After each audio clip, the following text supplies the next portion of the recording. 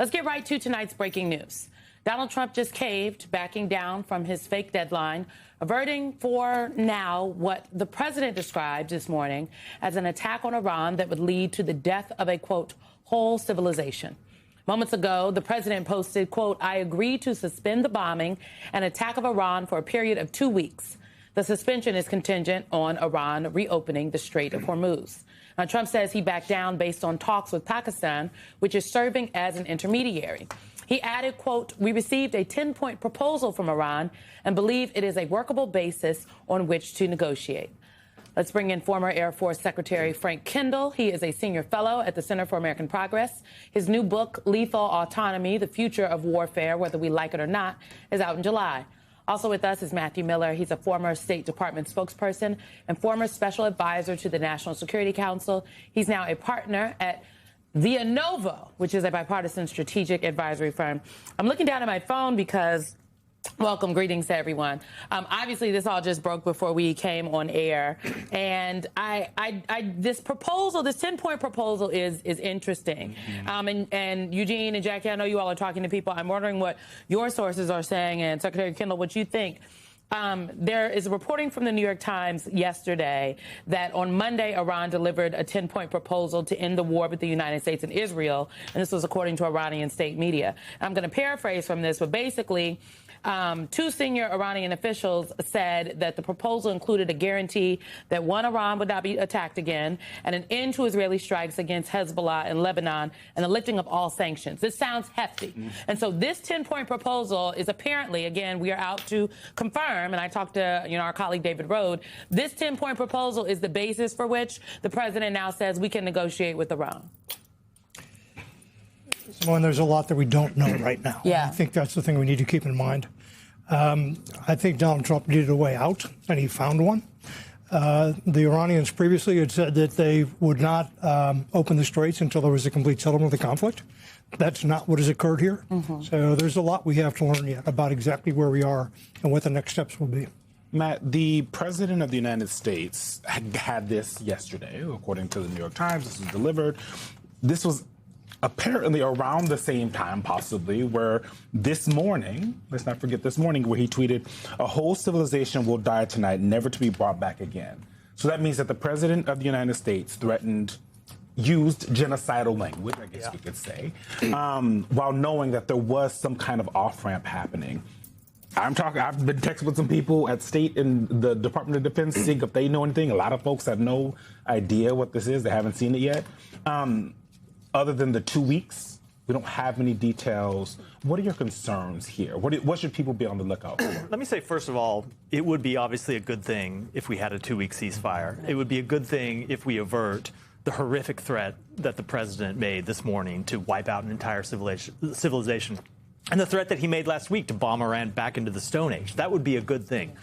But he obviously is not a reliable narrator in this situation. His Truth Socials have been filled with lies and misstatements about the status of negotiations since the beginning. There are a number of things he states in this latest one that just don't make sense. For example, he says that the plan that Iran put forward could be the basis of negotiations to lead to lasting peace with Iran. Really?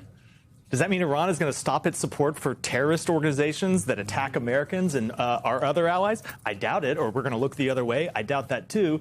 So when you look at the statements like that, it's hard to know which part of his statement to take seriously and which part not. So the concerns I have are, number one, does Iran actually plan to allow the strait to be open, or do they plan to allow it to be open with conditions, maybe to continue to charge tolls as they have been doing and try to put into place some. In the New York Times reporting, they say that their plan included a $2 million fee per ship that it would split with Oman. Exactly. And if the president were to agree to that, it would be abandoning all of our allies in the region and countries around the world who, of course, don't want to pay that toll. And it would be empowering the regime that the president started this war saying he was determined to overthrow. So you look at the statement he made, it's very vague, and I think what we need to see over the coming days are the details. But if it is a rollback of this really vile threat that he has been making, that alone is a good outcome for the United States, obviously for the people of Iran and for the world. Yeah, that is something I think we shouldn't lose sight of tonight, despite the negotiating tactics, that this is a good outcome. But as I was surveying my sources today, inside and outside of the administration, to try to figure out what exactly was going to happen at 8 p.m. tonight and if there were any sort of signs of diplomatic progress being made, one foreign policy advisor who is close to the administration, advises them from the outside, and who I would characterize as a MAGA adherent, said and described Trump's posts on Truth Social and his rhetoric in the lead up to today as deplorable and counterproductive, even as a negotiating tactic. Can you explain why this language is so problematic, even if it gets an outcome that might be considered positive? Look, it's unconscionable. It's irresponsible. It's unhinged. This is a way to formulate what the president intends to do, which smacks of genocide. It smacks of weapons of mass destruction.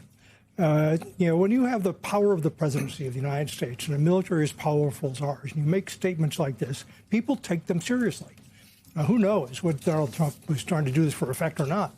But it raises to a level, unseen, I think, the level of destruction that he's talking about here. And it puts our military in a horrible position. Some attacks on power plants and bridges could be justified under the laws of armed conflict if they are associated with supporting the military somehow. But what he was advocating, what he was suggesting, was a widespread attack that would be a clear violation of laws of armed conflict, and asking our military to go conduct that for him. And also, it's part of a pattern of behavior, by the way, with this president. And also puts our military at risk. One of the reasons that the United States president does not usually talk like this, one of the reasons we as the United States do not say, we're going to go out here and commit war crimes in some other country, is because we don't want the other side, whoever our opponents are, our adversaries, to do the same thing to our folks, right? Whether that be American citizens who live in the Middle East, whether that be military folks who might get captured in some way, shape, or form. That is the reason why we don't do that.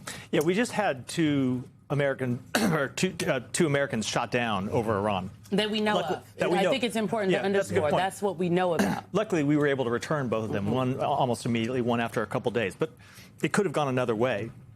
And imagine how Iran might treat captured Americans if they believe we are behaving within the laws of armed conflict and the entire world is watching how they're going to behave, versus if we are threatening to bomb them back into the Stone Age and commit war crimes. Right. It's a very different situation. I think whatever happens, nothing can remove the moral stain on our nation by what the president has said this morning, what he said over the last few days. The entire world saw that.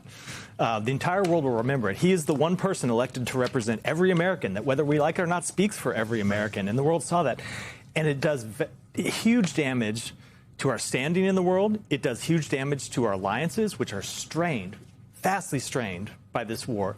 And it pushes the entire world into our adversaries. Look, you can imagine how China is watching this conflict and seeing the way we behave and trying to use that as a wedge to divide us from countries that we are trying to pull in our direction.